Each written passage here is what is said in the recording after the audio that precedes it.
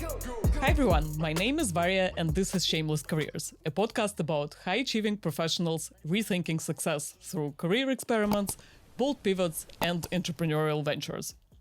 If you enjoyed this episode, please like and share. It helps spread the word that building success on your own terms is not only possible, but quite frankly, much more exciting than following a rulebook. Today, I'm joined by Alina Addison, executive coach, author of a book called The Audacity Spectrum, and former managing director and head of trading at Rothschild. In this conversation, we explore what it really means to find the fulfillment in a high-pressure, high-performance world. So, Alina, thank you so much for being here with me today. Thank you. Pleasure. Delight.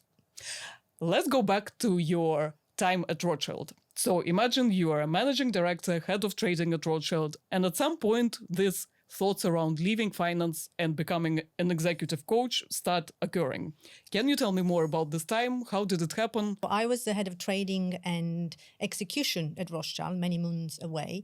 And my pivots, my decision to go and do something else is very, very personal. It's actually deeply personal. So I always say my son, Dan, was the catalyst for change for me. So my son, you mentioned my book, which is called The Audacity Spectrum, was diagnosed on the autism spectrum more than 10 years ago. And that's when my life took a turn, effectively. I went on this quest to really learn as much as I could about positive psychology, about emotional intelligence. And it was my realization that it wasn't about changing Dan, it was more about changing my perception of Dan.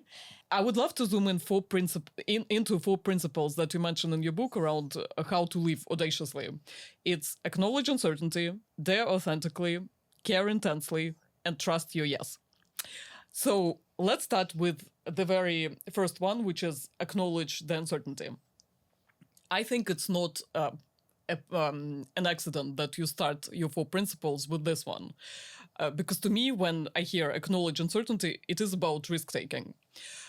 Can you tell me a bit more why ability to take risks is so foundational for feeling fulfilled and live audaciously? And why pretty much if you can't take risks around your life, any discussion around fulfillment is pretty much pointless?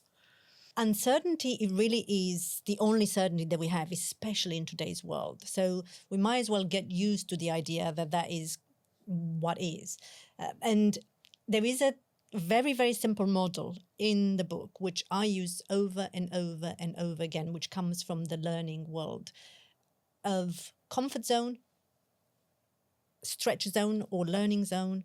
And then there is a third circle. So there are effectively three circles. And the last one is panic zone.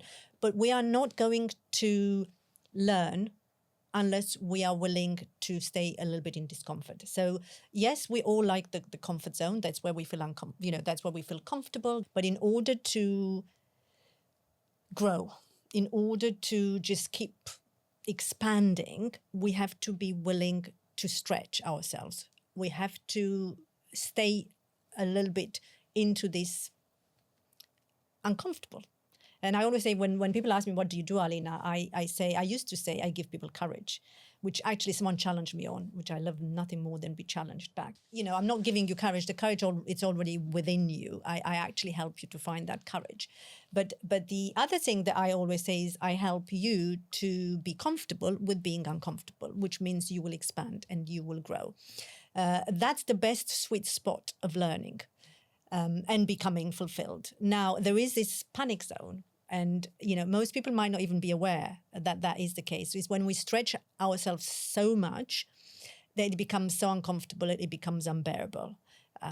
It's the burnout. It's when people really have overdone it. They're over-indexed. So risk taker, it is in that it keeps stretching, and it doesn't have to be a big risk. You can just do, I always say, what's the 2% risk that you need to take in order to grow? Right. So you should not be in a panic mode, but there is a way where taking risks is actually manageable. And quite frankly, I think at some point quite enjoyable, because I think once you have taken some risks and you can see that, I've handled it well, I don't know, there is some feeling of adventure and excitement that starts creeping into your life. I don't know, there is just there is some fresh energy about your life when you start taking more manageable risks and see what happens. I love that. You're sort of more, fresh, more manageable. And I'm going to, I think you and I were talking about it. I test myself, this is sort of role modeling, to take small little risks. Maybe not every day, but, on a regular basis. So what did I do today? I just decided to have 2 different color shoes. Same shoe, different color, cream and black. And actually, I've never done it before. And as I was leaving the house this morning to meet you, I thought, okay, what could I do to stretch myself out of the comfort zone? And I almost didn't do it. I had this, it's like, this is too silly, Alina. People will notice it. It's going to be uncomfortable. What are you going to learn from it?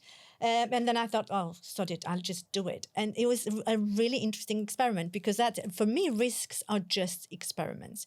If they don't work, that's fine. It was a little experiment. So again, sort of 2%. And I don't know, we'll see the experiment when I go back home, but I can tell you, Varia, that so far nobody noticed. So there was almost a little disappointment to me. It's like, I'm taking all these risks. I'm taking all these risks and nobody's noticing. It was a very interesting, it's an interesting insight for me.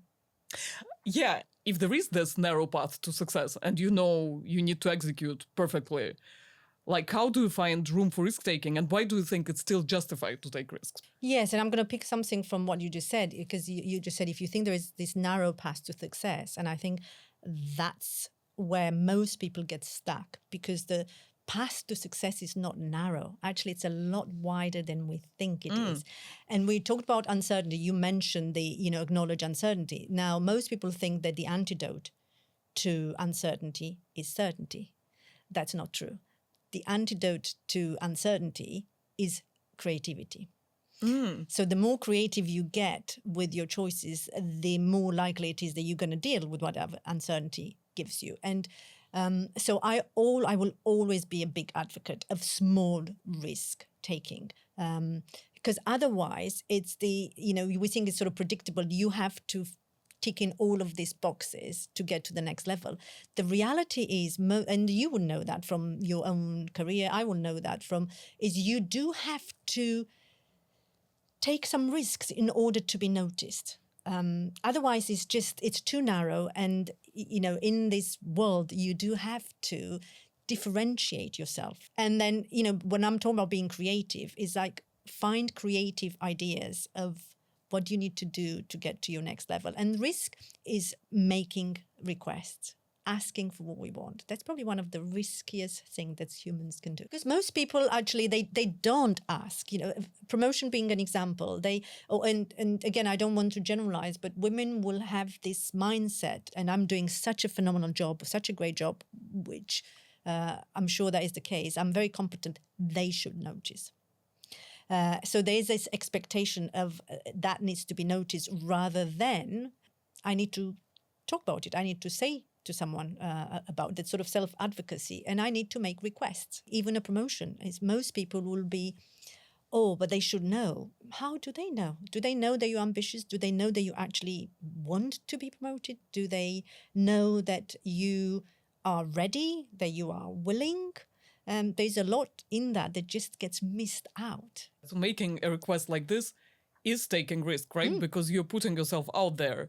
But then for that, you need to believe that you have something to contribute. So this last principle, almost going back full circle to the 4th principle around trusting your yes, you kind of need to trust yourself that you have, ideas, you can contribute. And that's one of probably the most difficult requests of a human being, because you mentioned trusting your yes. And all human beings will have self-doubt. And trust is one of my most favorite topics. And if you don't trust yourself, it's very difficult for other people to trust you. And that's the paradox. It starts with self. It's an equation. I love equation. There is an assertiveness formula in there. There is all sorts of formulas. But so you've got credibility, reliability plus intimacy. And then you divide it by self-interest, which means the more reliable, which is to do with your actions, do you do what you say you're going to do, the more credible. So do you keep learning? Do you keep experimenting? The more intimate. And intimacy, it's in terms of the choice of word, but it's connection. So the higher those, the more you are going to trust someone, or they're going to trust you back when that is available. The more self-interest, which is ego, the less trust. For ourselves, how do we trust ourselves? It's again, it comes back to the self-belief, to believing that we are good no matter what, irrespective of what people say. And again, I work with people on confidence. And for me, confidence is a consequence. What do I mean? Confidence comes as a result of doing something courageous. Confidence is, I will be okay, even if they don't. That's the sort of thing that I'm really passionate about teaching, is where could you use tiny, winny 2% more courage in your life? Because if you are courageous to do that, to have the difficult conversation, to, do something silly, then confidence, I promise you, will come as a result. And when you have more confidence, then, some other things will follow. How about like more difficult situations when someone had a massive setback, like bad performance review, redundancy? How do you recover from this, from confidence perspective? We're all going to have our flavor of that, and some will be tested more than others. So yes, you will get a bad grade. There is no such thing as perfection, interestingly, and being okay with that. You may lose your job, you'll be made redundant. And again, it's not making it your fault. It goes back to what I just said earlier. It happens for you. It didn't happen to you. And I say it from an absolutely deep personal experience. As I said, I had a very linear, my career and my life was just perfect in many, many ways from the outside. And then life throws you a ball.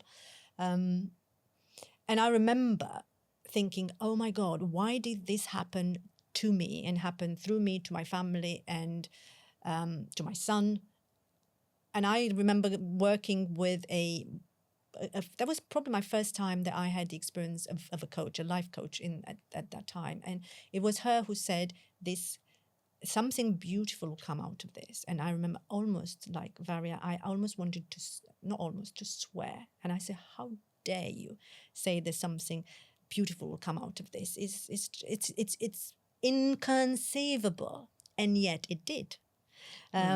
In a way, I would have never written that book.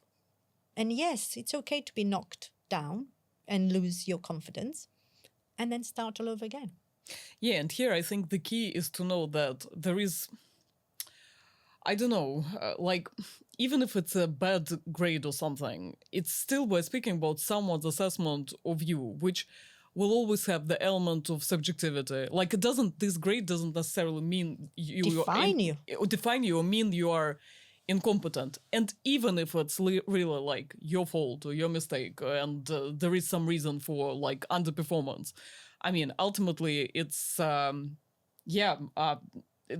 things happen. We learn through these experiences. Life gives you feedback as to what you're good at, what you're less good at. Yes, and actually just being okay with failure. I mean, again, not calling it failure, it's experimentation. So, one of the things that I did this year, I went and visited NASA when I went into the US. And one of the biggest lessons that I took away from NASA is that they experiment and experiment and experiment. And they fail and they fail and then fail. So to get onto the moon and to Venus and to Mars, they had so many failed experiments. But that's just the way it is. So failure is feedback. I want to make sure that we leave some time to touch upon two other principles that are remaining. The first one is dare authentically and care intensely. So let's speak about authenticity. Do you have any tips for how to hear kind of your inner voice, how to understand what your values are, a bit more about like what's intrinsic and authentic to you? Authenticity is probably one of the most difficult ones because I will also argue provocatively that most people, if not all, are not authentic because it's actually a very difficult ask. Authenticity, to be really truthful and to be really real and to be really genuine. But if you want to find, of course, your values, who are you at your core is the who am I? I would recommend, I mean, there's just so many different paths, but the way I do it with my clients, you do some lovely, I call them psychometrics. So I do the emotional intelligence, for example, and then you find out what are your superpowers, what are your edges. The best coaches will do all sorts of different ways, but it's the Positive Psychology by Martin Seligman. So the value in action, there's sort of 24. You do a test and you find out what are the values that drive your behavior. Most people in the industry that I work will have fairness. So, once you know what drives you, leadership is another one, perseverance is another one, someone is humor. And what happens with that, once you know for me, I have forgiveness, which is very rare, which is really surprised me. But so once you know what your values are, what you should also know is so these are the superpower strengths, then when you use those in overdrive, they could become weaknesses. So someone, for example, values humor, they're great. I mean, they just always crack a joke. But when we are under almost the panic zone, we default to our superpowers, we default to our best values. So that person, which is a CEO that I used to work with, he might just crack one too many jokes. For someone like me, who I've got forgiveness, is I probably will give too many chances to someone, even if they underperform, because oh no, So someone who is creative, for example, there's another the value, is they probably will find it difficult to make decisions when they go into overdrive, because it's there is another creative solution. And so it's good to know your preferences. I had a client who had prudence.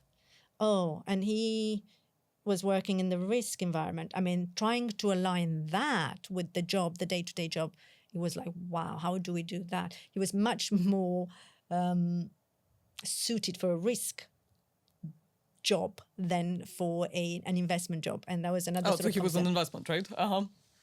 And actually, he was really explaining why he was very good at spotting the absolute risk that nobody else was able to, but he was also the one who might just put the brakes a bit too much on certain investments. So once you know that, it's now I understand. So the more you know yourself, the 360 is a great way of knowing who you are.